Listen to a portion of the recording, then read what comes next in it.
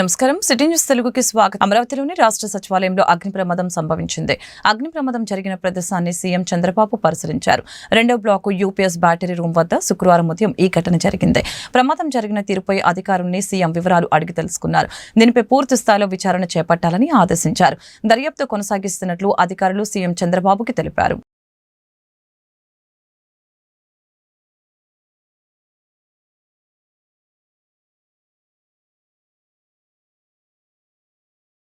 CM Chandrababu మైనార్టీలకి వెన్నుపోటు పొడిచారని మాజీ మంత్రి మేరకు నాగార్జున ఆరోపించారు. అబద్దాలు అవాస్తవాలు లేకపోతే చంద్రబాబు రాజకీయమే లేదని మండిపడ్డారు. ఏరు దాటాక తెప్ప తగలవేయడం చంద్రబాబుకి అలవాటేనని ఘాటు విమర్శలు చేశారు. ఈ మేరకు నాగార్జున తాజాగా మీడియాతో మాట్లాడారు. వక్ఫ్ సవరణ బిల్లు విషయంలో వైఎస్ఆర్సీపీపై టీడీపీ తప్పుడు ప్రచారం చేస్తోంది. టీడీపీ ఆ పార్టీ అనుకూల సోషల్ మీడియా ఫేక్ ప్రచారాన్ని ఖండిస్తున్నాం. రాజ్యసభలో వైవి సుబ్బారెడ్డి వక్ఫ్ సవరణ బిల్లుని వ్యతిరేకిస్తూ చేసిన ప్రసంగం అందరూ చూడండి. దీనిపై ఎల్లో మీడియా తప్పుడు ప్రచారం చేస్తుంది. వక్ఫ్ సవరణ బిల్లుకి మేము వ్యతిరేకిస్తున్నామని వైఎస్ అనేక సార్లు చెప్పారు. వక్ఫ్ సవరణ బిల్లుకి వ్యతిరేకంగా లోక్సభ, రాజ్యసభలో ఓటేశామని ఆయన వెల్లడించారు. మరోసారి మైనారిటీలకు పూర్తిగా వెన్నుపోటు పొడిచాడు. ఎన్నికల్లో వాడుకున్నాడు, ఇప్పుడు మళ్ళీ వదిలేశాడు. చంద్రబాబు నాయుడు మైనారిటీలకు నష్టం జరిగితే ఎట్టి పరిస్థితుల్లోనూ అంగీకరించాలని ఆ రోజు ఎన్నికలప్పుడు చెప్పాడు. ఒక అడుగు ముందుకేసి మా గుంటూరు జిల్లా ఎంపీ అయితే మైనారిటీలకు అన్యాయం జరిగితే నేను రాజీనామా చేస్తానని చెప్పాడు. ఇప్పుడు మొత్తం వారందరినీ ద్రోహం చేసేసారు మైనారిటీలు. వర్షపోటు విషయంలో, బిల్లు విషయంలో మేము మొదటి నుంచి చాలా స్పష్టంగా మా విధానం చెప్పాం. రాజ్యాంగ వ్యతిరేకంగా ఉండే ఈ బిల్లును పూర్తిగా వ్యతిరేకిస్తున్నామని చెప్పి మా అధ్యక్షుడు పలుమార్లు చెప్పారు.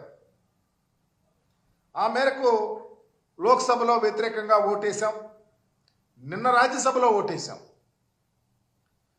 దీంతో రాష్ట్రంలో ఉన్న మైనారిటీలంతా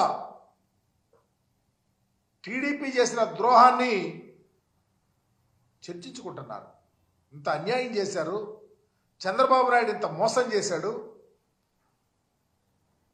వాడదాటిన దాకా ఓడమల్లన్న, వాడదాటిన తర్వాత బోడిమల్లన్న అనే విధంగా మమ్మల్ని మోసం చేశారని నిలదీస్తుంటే దీన్ని తప్పించుకోవటానికి చంద్రబాబు ఏం చేశాడు? యథావిధి యథారాజా తథా ప్రజ అనే విధంగా డైవర్షన్ పాలిటిక్స్ మొదలైశాడు. దాంతో వైఎస్ఆర్ కాంగ్రెస్ పార్టీ రాజ్యసభలో విప్పు జారీ చేయలేదని, బిల్లు అనుకూలంగా ఓటు వేసిందని నకిలీ వార్తలు సోషల్ మీడియాలో తిప్పుతూ ఉన్నాడు. టీడీపీ అనుకూల జర్నలిస్టులు, అనుకూల మీడియా తమ తమ సంస్థల్లో సోషల్ మీడియాలో అకౌంట్లలో తమ మీడియా సంస్థల్లో ఈ ఫేక్ న్యూస్ నడుపుతూ ఉన్నారు. ఒకసారి వైఎస్ఆర్ కాంగ్రెస్ పార్టీ విప్పు జారీ ఎలా చేసిందో మీకు చూపిస్తాం.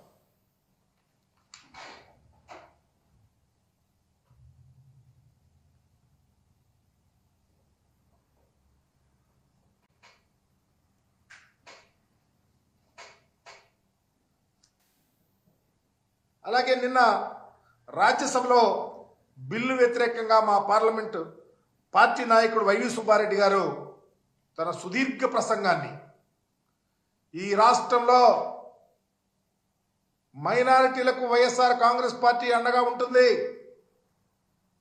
వర్క్స్ బోర్డ్ బిల్లు విషయంలో రాజ్యాంగానికి వ్యతిరేకంగా ప్రవేశపెట్టిన బిల్లుకు మేము వ్యతిరేకిస్తున్నాం అని సుదీర్ఘంగా ఆయన మాట్లాడిన మాటలను ప్రస్ఫుటంగా అర్థం చేసుకోవాలా.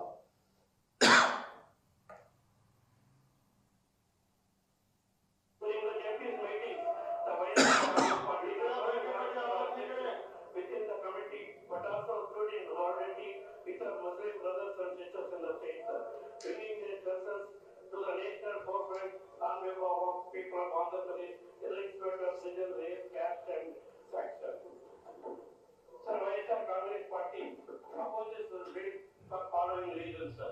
Unconstitutional as it violates fundamental rights, sir. Point 1.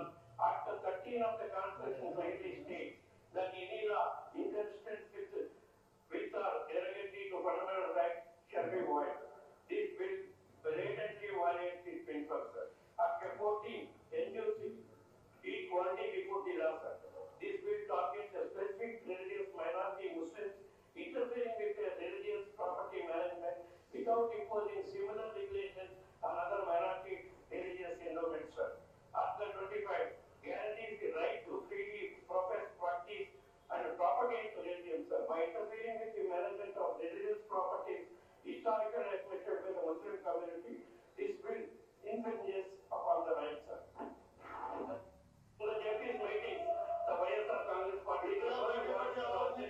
ఇంత ప్రస్ఫుటంగా భారతావని ప్రజానీకమంతా వీక్షించే విధంగా, ఆంధ్రప్రదేశ్లో ముస్లిం సోదరుల యొక్క గుండె నిబ్బరం కలిగే విధంగా వైఎస్ఆర్ కాంగ్రెస్ పార్టీ డెసిషన్ తీసుకొని ఉంటే అబద్ధాలు అవాస్తవాలు చంద్రబాబుకి అత్యంత ప్రియమైనవి.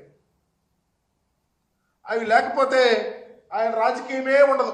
బాపట్ల పట్టణంలోని ఎమ్మెల్యే నివాసంలో కర్లపాలెం మండలంలో అర్హులైన 5 మంది లబ్ధిదారులకి వైద్య ఖర్చుల సహాయార్థం ముఖ్యమంత్రి నారా చంద్రబాబు నాయుడు సంక్షేమ నిధి సీఎం రిలీఫ్ ఫండ్ నుంచి వచ్చిన CMRF చెక్కులను లబ్ధిదారులకి బాపట్ల నియోజకవర్గ ఎమ్మెల్యే వేగసేన నరేంద్ర వర్మ రాజు అందజేశారు.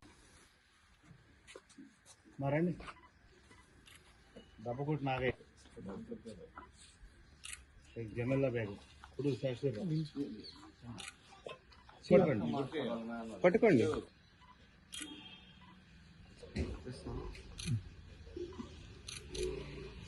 Saint Ann's College of Engineering and Technology Chirala BTech data science విభాగం ఆఖరి సంవత్సరం చదువుతున్న విద్యార్థులకి డేటా సైన్స్ విభాగ విద్యార్థులు వీడ్కోలు సభ కళాశాల సెక్రటరీ వనమ రామకృష్ణరావు మరియు కరెస్పాండెంట్ ఎస్ లక్ష్మణరావు ఈ సందర్భంగా పాల్గొని మాట్లాడారు.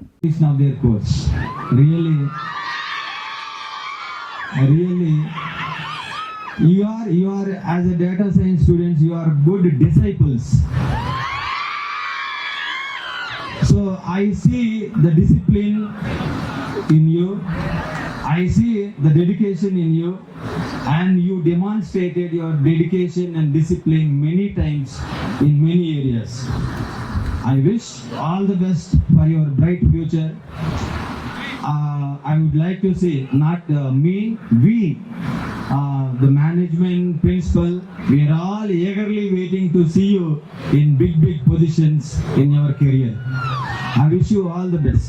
Thank you for giving this opportunity. He is conducting its farewell in such a fantastic manner. In this regard, heartfully I would like to congratulate your head of the department, Dr. Subbarao Garu, all the faculty coordinators for conducting this event in such a splendid manner. I don't want to take much time. To all the outgoing students from our side, the suggestion is, see, you are graduating from one of the emerging branches of computer science, that is data science. You know, it is in the industry, software industry, I came to know that it is one of the leading courses, so that if you work hard, really you can settle well in your life within a short time. Nowadays, this artificial intelligence, data science, IoT, etc., they are all termed as emerging courses. Means they are having very bright future. Already some of the students, they got placed in some top companies. Andhra Pradesh రాష్ట్రంలో కొన్ని ప్రాంతాల్లో ధాన్యం కొనుగోలు సమయానుకూలంగా జరుగుతున్నప్పటికీ బాపట్ల ప్రాంతంలో మాత్రం అధికారుల వైఫల్యంతో రైతుల కంట కన్నీరే మిగిలింది అనే బాధని ఎంపీటీసీ సభ్యులు మరియు ఆంధ్ర రాష్ట్ర మాజీ సైనిక సంక్షేమ సంఘం అధ్యక్షులు తాండ్ర సాంబశివరావు వ్యక్తపరిచారు. బాపట్ల జిల్లా కర్లపాలెం మండల పరిషత్ సర్వసభ్య సమావేశంలో బాపట్ల ప్రాంతంలో రైతులు పడుతున్న కష్టాలపై తను పదునైన వాక్చాతుర్యంతో ఎంపీటీసీ తాండ్ర గలం విప్పారు.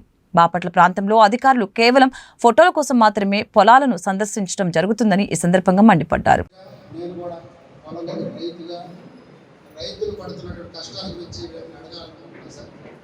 మనం ప్రజాప్రతినిధులు మాట్లాడకపోతే అధికారులు కేవలం ఏదో నామమాత్రంగా వాళ్ళ డ్యూటీ చేస్తున్నట్టుగా చేసి ఏదేదో 100 చదువుతున్నాడు ఇప్పుడు నమోదు చేయించుకోవాలి, అక్కడ చేసి ఇక్కడ ఇదంతా ఏంటంటే ఒక రకంగా వాళ్ళు ఎంప్లాయ్మెంట్ పెంచుకుంటున్నారు తప్పితే రైతులకి ఈ పనులు ఎన్ని చేయాలి మేము మాకు ఎంప్లాయ్మెంట్ మా ఉద్యోగస్తులు పెంచండి అనే దానికి ఉపయోగపడి తప్పితే మీరు చదివేది రైతులకి అలాంటి ఉపయోగకరం లేదు.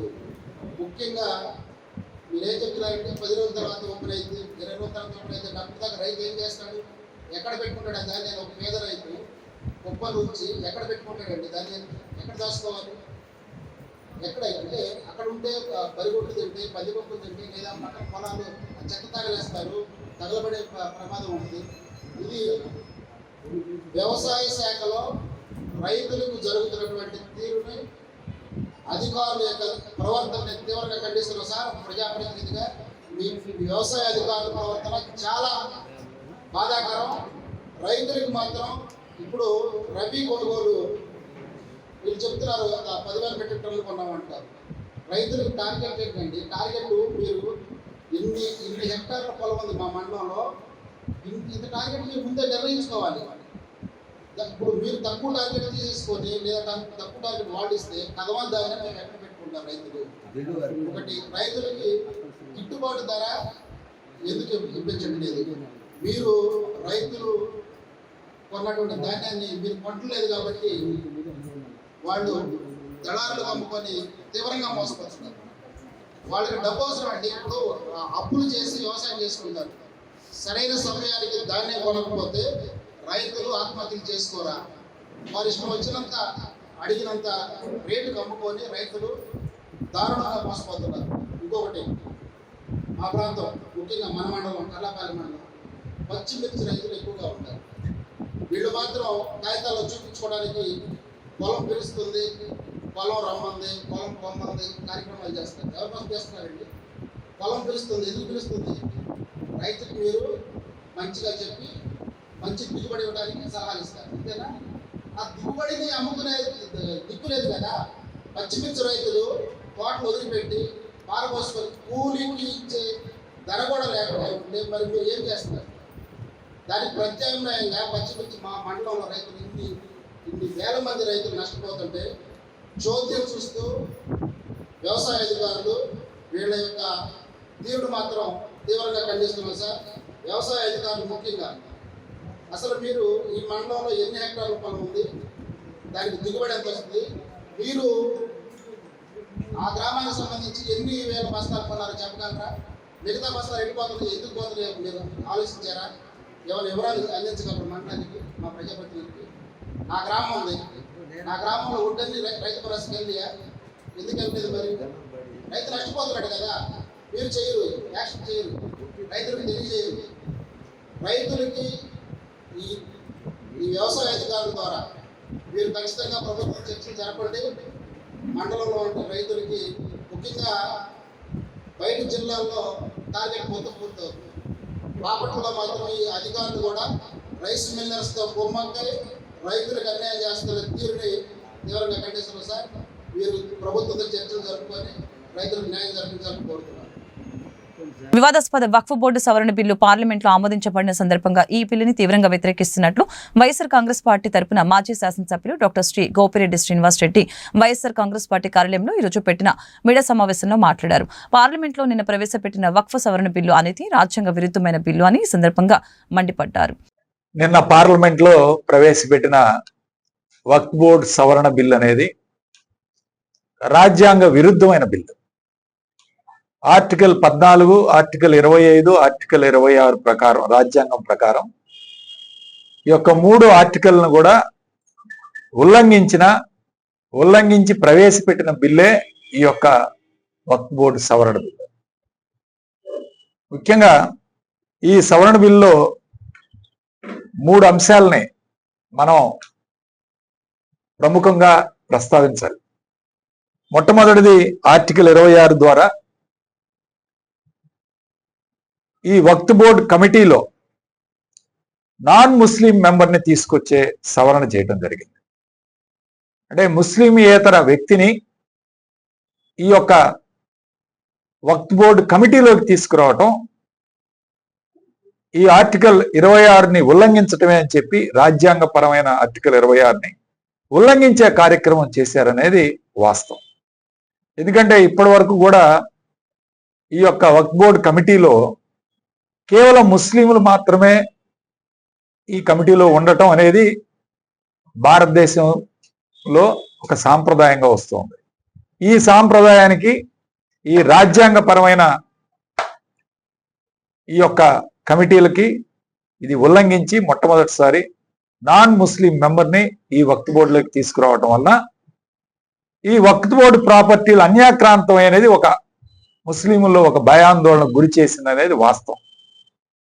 ఎందుకంటే ఈ నాన్ ముస్లిం మెంబరు పార్లమెంట్ మెంబర్ అయి ఉండొచ్చు, ఎవరైనా ఉండొచ్చు. ఆ యొక్క మెంబరు ఈ యొక్క ఏదైతే 9 లక్షల చిల్లర ఎకరాలు అనేవి ఉన్నాయో భారతదేశంలో ఈ యొక్క వక్ఫ్ బోర్డు ఆస్తుల్ని వాళ్ళు అన్యాక్రాంతం చేస్తారనేది ఈరోజు ముస్లింల యొక్క మొట్టమొదటి ఆవేదన అని చెప్పి ఈరోజు మనం చెప్పుకోవాలి. రెండోది, వక్ఫ్ ఆస్తుల్ని సెంట్రల్ డేటా బేస్ లోకి ఎంటర్ చేయాలి. సెంట్రల్ డేటా బేస్ అంటే సెంట్రల్ గవర్నమెంట్ ఒక డేటా బేస్ ఏర్పాటు చేస్తుంది. ప్రతి ఒక్క వక్ఫ్ బోర్డు ప్రాపర్టీ కూడా ఈ సెంట్రల్ బేస్ లోకి తీసుకురావాలని ఈ బిల్లు యొక్క సవరణ చేస్తుంది. ఒకవేళ సెంట్రల్ డేటా బేస్ లోకి ఇది ఎంటర్ కాకపోతే కోర్టుల్లో ఈ వక్ఫ్ బోర్డు కేసులన్నీ కోర్టుల్లో చెల్లవు. అంటే సెంట్రల్ డేటా బేస్ లో ఉన్న ఆస్తులు మాత్రమే కోర్టు పరిధిలోకి వస్తాయి అని ఒక సవరణ చేశారు. ఈ సవరణ ప్రకారం ఏదైనా వక్ఫ్ బోర్డు ఆస్తి వివాదంలో ఉన్నప్పుడు కోర్టుకు వెళ్ళాలంటే ఈ సెంట్రల్ డేటా బేస్ లో ఉంటేనే, అది కూడా 6 నెలలలోపు ఎంటర్ కావాలని చెప్పి కూడా ఒక క్లాజ్ పెట్టడం జరిగింది. సో మనకు తెలుసు 6 నెలలలోపు ఒక ఎంఆర్ఓ ఆఫీస్కు లేకపోతే విఆర్ఓ ఆఫీస్ దగ్గరికి వెళ్ళి పాస్బుక్ తెచ్చుకోవాలంటే ఒక 6 నెలలు పడుతుంది. ఒక భూమికి, మన భూమికి, మనం శిస్తు కట్టే భూమికి పాస్బుక్ తెచ్చుకోవాలంటే 6 నెలలు పడుతుంది. ఇక దీని వక్ఫ్ బోర్డు ఆస్తులన్నింటినీ కూడా సెంట్రల్ డేటా బేస్ లో 6 నెలల లోపు ఎంటర్ చేయాలంటే సాధ్యమేనా? ఈరోజు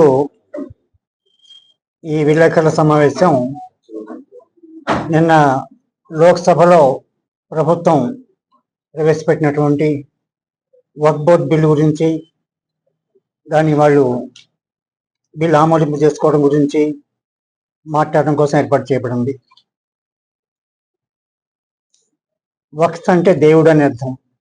వక్ఫ్ ఆస్తులన్నీ కూడా దేవుని ఆస్తులుగా పరిగణించబడతాయి. మన దేశంలో మొఘలాయుల కాలంలో దాదాపుగా 12వ శతాబ్దంలో ఈ ముస్లింల కోసం ముఖ్యంగా మసీదులు, మదర్సాలు, ఉషూర్ ఖానా అంటే పీర్ల చావిడి లాంటివి నిర్వహణ కోసం, కొన్ని పండుగలు చేసుకోవడం కోసం కొంత నిధిని, కొంత ఆదాయాన్ని చూపడానికి దాతలు అలాగే రాజులు కొన్ని ఆస్తుల్ని ముస్లిం సమాజానికి అప్పచెప్పారు. ఉమ్మడి ఆంధ్రప్రదేశ్గా ఉన్నప్పుడు మరి అనేక చట్టాలు వక్ఫ్ని కాపాడటానికి అప్పటి ముఖ్యమంత్రులు కానీ ఎవరైనా ఒక మంచి చట్టాలు తీసుకొచ్చారు. వక్ఫ్ బోర్డు జోలికి వెళ్ళకూడదు, ఈ ఒక మతం సంబంధించింది, షరియత్కి సంబంధించింది, ఖురాన్కి సంబంధించింది, అలానే బైబిలు, మరి భగవద్గీత, మరి వెంకటేశ్వర స్వామి భూములు చాలా ఉన్నాయి ఈ దేశంలోనే ఉన్నాయి. వాటి జోలికి ఎప్పుడు ఎక్కడా వెళ్ళలేదు. అలానే యేసుకృప ప్రభుత్వాలకు అనేక భూములు ఉన్నాయి, వాటి జోలికి ఎవరు వెళ్ళట్లేదు. కానీ ఆంధ్రప్రదేశ్లో ఒక పరిస్థితి మారింది. 2014 నుంచి 80,000 ఎకరాలు దేవాదాయ భూములు అన్యాక్రాంతం అయి ఉన్నాయి. వాటి జోలికి, వాటిని విడిపించడానికి వాళ్ళు కూటమి ప్రభుత్వం ఎప్పుడూ ప్రయత్నం చేయలేదు. అంతకుముందు ఎన్డీలో ఉన్నారు, టీడీపీ వాళ్ళు ఇప్పుడు ఉన్నారు. 2014లో రాష్ట్రం విడిపోయిన తర్వాత ఒక ప్రభుత్వం అంటే టీడీపీ ఇక్కడ ప్రభుత్వాన్ని ఏర్పాటు చేసింది. దాని సందర్భంగా ఆంధ్రప్రదేశ్లో జరిగిన అరాచకాలు ఎలా అంటే, విజయవాడలో ఒక 4 మసీదుల్ని కూల్చివేశారు. దానం ఇవ్వటం, వాటిని పరిరక్షణ చేయడానికి భారతదేశంలో భారత రాజ్యాంగం కల్పించిన, ముస్లింలకు కల్పించిన ఒక హక్కు. ఆ హక్కును భారతదేశంలో ముస్లింల మత స్వేచ్ఛకు నిదర్శనం. కాకపోతే నేడు కేంద్ర ప్రభుత్వంలో ఉన్న ఎన్డీఏ ప్రభుత్వం, కూటమి ప్రభుత్వం వాళ్ళు నల్ల చట్టాలు తయారు చేసి ముస్లింల పట్ల వివక్షను చూపిస్తూ ముస్లింలను అనగదొక్కాలనే ఉద్దేశంతో వాళ్ళకు ఆర్థికంగా, సామాజికంగా దెబ్బతీయాలని రాజ్యాంగం కల్పించిన హక్కులను కాలరాస్తూ వాళ్ళు నల్ల చట్టాలను తయారు చేస్తున్నారు. వాటికి ఎన్డీఏ కూటమి ప్రభుత్వం అయినటువంటి చంద్రబాబు నాయుడు మరియు జనసేన పార్టీలు ఇవన్నీ మద్దతు పలకడం, వాళ్ళకి కనీసం రాష్ట్రంలో వాళ్ళకు ముస్లిమ్స్ వాళ్ళకు ఓట్లు వేసి వాళ్ళ పక్షాన్ని నిలబడిన వాళ్ళ గురించి కూడా ఒక క్షణం కూడా ఆలోచన చేయకుండా వాళ్ళు బేషరతుగా మద్దతు ప్రకటిస్తున్నారు బిల్లులకి. పాస్టర్ పగడాల ప్రవీణ్ కుమార్ మరణానికి సంతాపం తెలియజేస్తూ శాంతియుత ర్యాలీని క్రిస్టియన్ జాయింట్ యాక్షన్ కమిటీ ఆధ్వర్యంలో నిర్వహించారు. ప్రభుత్వం, పోలీసు వారు దర్యాప్తు జరిపించి మరణానికి గల కారణాలు నిగ్గు తేల్చి న్యాయమైన విచారణ జరిపి తీర్పివ్వాలని ఈ సందర్భంగా కోరారు. మాట్లాడే ప్రతి ఒక్క వ్యక్తి కూడా మరి దేవుడి కాబట్టి క్రమశిక్షణగా విధంగా శాంతి ర్యాలీ చేయడం అనేది జరుగుతుంది.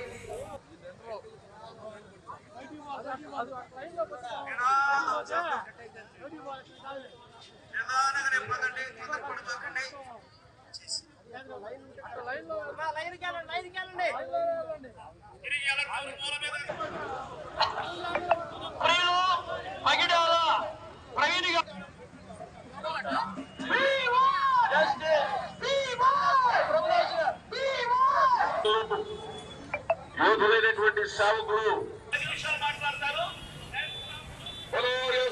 రాజుకే రాజుల రాజుకే ప్రభుల ప్రభుకే సేవకులందరూ ఒకే ఒక నిర్ణయం తీసుకున్నారు.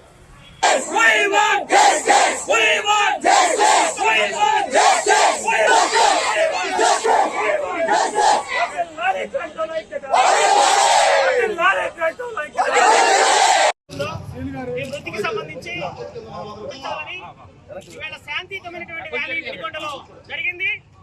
దీన్ని ప్రభుత్వం దృష్టికి తీసుకెళ్లి మరి వినుకొండ నియోజకవర్గ దైవ సేవకులందరూ కలిసి క్రిస్టియన్ జాయింట్ యాక్షన్ కమిటీగా ఏర్పడి ప్రవీణ్ పగడాల గారి మృతి నిమిత్తం శాంతియుత ర్యాలీని చేపట్టి విజయవంతంగా ఇక్కడ చేరుకోవడం జరిగింది. మేమందరం ఈ రోజు ఎందుకు ఈ ర్యాలీని చేసి ఉన్నామంటే ప్రవీణ్ గారు మరణించి చాలా దినాలైంది. ఇప్పటికీ కూడా ప్రభుత్వం నుంచి ఒక స్పష్టత అనేటువంటిది రాలేదు. ఒక వ్యక్తి చనిపోతే 2-3 రోజుల్లోనే ఇప్పుడున్న టెక్నాలజీని బట్టి పోస్ట్ మార్టం రిపోర్ట్ కి బయట వచ్చేటువంటి సందర్భంలో ఇన్ని రోజులు గడుస్తున్నా కూడా ప్రభుత్వం నుంచి పోస్ట్ మార్టం స్పష్టత ఒక రిపోర్ట్ అనేటువంటిది ఇంతవరకు ప్రభుత్వం విడుదల చేయలేదు. విడుదల చేయకపోవటమే కాకుండా వారు బయలుదేరినటువంటి సమయం నుంచి నేటి ఆయన మరణించేటువంటి సమయం వరకు కూడా ఒక స్పష్టమైనటువంటి సీసీ ఫుటేజ్ ని ఇంతవరకు కూడా విడుదల చేయలేదు. ఒక 2 టోల్ ప్లాజాలను మాత్రమే రిలీజ్ చేసింది. అది మాత్రమే కాకుండా అతని పైన బురదలు జల్లడానికి ఈ వైన్ షాప్ లో మద్యం కొన్నట్టు 2-3 సీసీ ఫుటేజ్లు బయటకు వచ్చినాయి. ప్రభుత్వం వారు తెలియజేసేది ఏంటంటే అవి మేము బయటికి చేయలేదు, అవి ఎవరు చేశారో మాకు తెలియదు అంటున్నారు. మరి అవి బయటికి ఎవరైతే రిలీజ్ చేశారో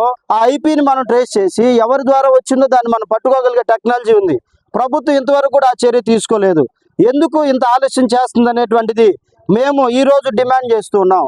ఇన్ని రోజులైనా కూడా ఎందుకు పోస్ట్ మార్టం రిపోర్ట్ లో స్పష్టత లేదు?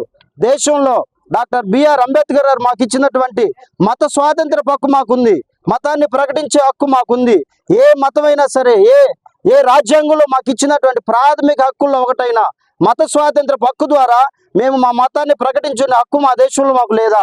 సేవకులు కూడా అందరిని ప్రేమిస్తున్నారు, ఎవరిని ద్వేషించరు, ఎవరి మీద కక్ష పెంచుతారు, ఎవరి మీద అసూయ ఉండదు. అలాంటి సేవకుల మీద కొంతమంది మరి మతోన్మాదులు మరి సేవకుల మీద దాడులు చేస్తున్నారు. కాబట్టి ప్రభుత్వాలు దృష్టి పెట్టి మరి మతోన్మాదుల మీద దృష్టి పెట్టి ఈ యొక్క దాడులను ఆపవలసినదిగా మేము భారతదేశానికి, తెలుగు రాష్ట్రాలకి డిమాండ్ చేస్తూ మనవి చేస్తున్నాము.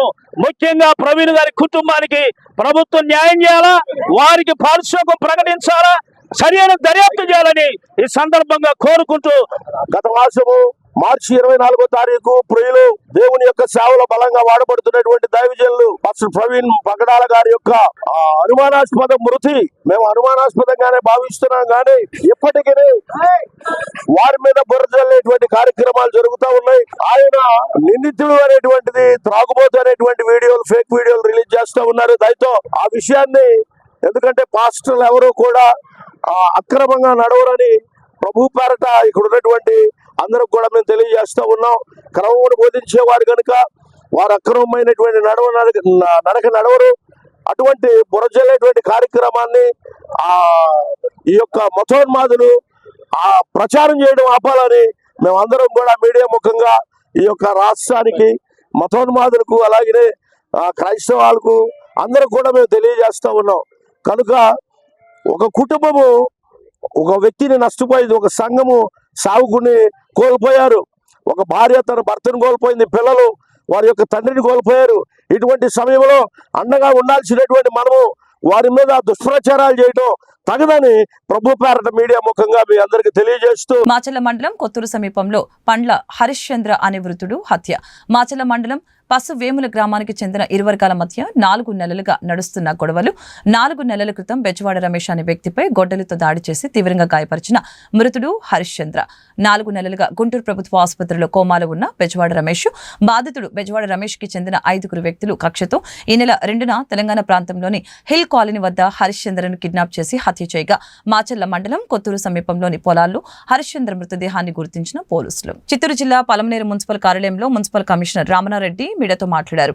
2024-25 ఆర్థిక సంవత్సరంలో పన్నుల వసూళ్లలో పలమనేరు మున్సిపాలిటీ జిల్లా స్థాయిలో మొదటి స్థానంలో, రీజనల్ స్థాయిలో 2వ స్థానంలో, రాష్ట్ర స్థాయిలో 8వ స్థానంలో నిలిచిందని చెప్పారు.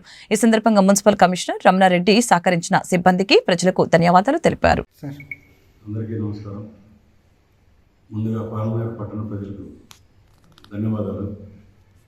ఎందుకంటే మనకు 2024-25 మార్చి ఫైనాన్షియల్ ఇయర్లో ట్యాక్స్ కలెక్షన్ అందరూ కూడా ప్రజలందరూ సహకరించి మనకు రాష్ట్ర స్థాయిలో 123 మున్సిపాలిటీ కార్పొరేషన్ లిస్టులో 8th ప్లేస్ రావడం జరిగింది.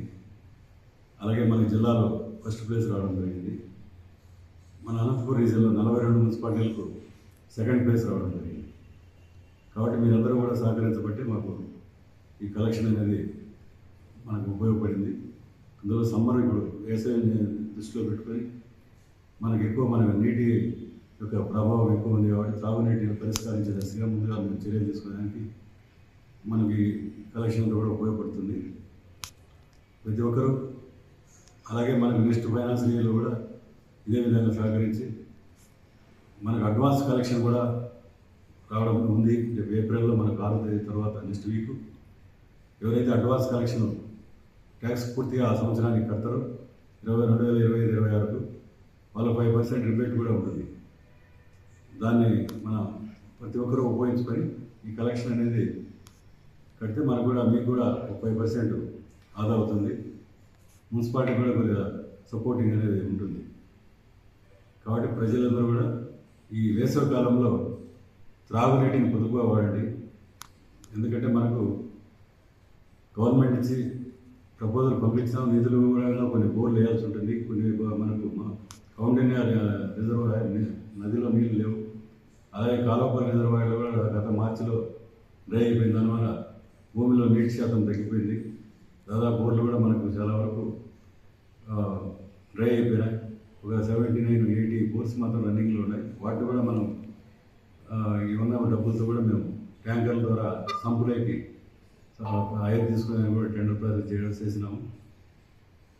సద్వినియోగం చేసుకునేదానికి అందరూ కూడా ట్యాంకర్ ద్వారా మనకు డైరెక్ట్ లేకుండా సంపు ద్వారా వచ్చి మన జిఎల్ఎస్ఆర్ ద్వారా సరఫరా చేయడం జరుగుతుంది. టాయిలెట్స్ వరకు కూడా మేము కూడా ప్లాన్ ఆఫ్ యాక్షన్ ఇవ్వడం జరిగింది మా సిబ్బందికి, ఇంజనీర్లకు అందరికి కూడా. మనకు ఎంత వస్తుంది నీళ్లు, ఆ సంపులేకి ఎంత వస్తుంది, ట్యాంక్ ఎన్ని గంటలు పడుతుంది, దీనిపైన కూడా అనాలిసిస్ చేస్తున్నాము. ప్రతి ఒక్కరు కూడా ముఖ్యంగా ఎవరైతే వీధిలో ఫస్ట్ ఉంటారో మోటార్లు అందరూ కూడా ఆ టైంలో మీకు అవసరమైనటువంటి నీళ్లు సంపులేకి వదులుకొని మీకు ఇచ్చినటువంటి పెట్టుకొని అనవసరంగా వృధా చేయకుండా కింది వాళ్ళకు కూడా అందరూ కూడా సరఫరా అయ్యేదానికి ప్రయత్నం చేయండి, సహకరించండి. ఎందుకంటే వేసవిలో ఉన్న మనకు 3 నెలలు మనం ఈ ప్రభావం ఉంటుంది కాబట్టి టాయిలెట్స్ కూడా ప్రతి ఒక్కరికి చివరి దశలో ఉన్నటువంటి ప్రతి కుళాయికి నీళ్ళు ఇవ్వాలనేది మా యొక్క సంకల్పం. కాబట్టి ప్రతి ఒక్కరూ సహకరించండి, ఎక్కడా దుర్వినియోగం చేయకండి. మీ సొంత బోర్డులు ఉన్నా కానీ వాటిని ఉపయోగించుకోండి. అటువంటి వాళ్ళు కుళాయిలు లేకుండా సొంత నీటిని ఉపయోగించుకొని ప్రజలకు అందరూ కూడా పేద ప్రజలకు అందరికీ నీటిని అందేదానికి సహకరించవలసిందిగా కోరుతున్నాను. ఈ వార్తలు ఇంతటితో సమాప్తం. మరొక బులెటిన్లో మళ్ళీ కలుద్దాం. నమస్కారం.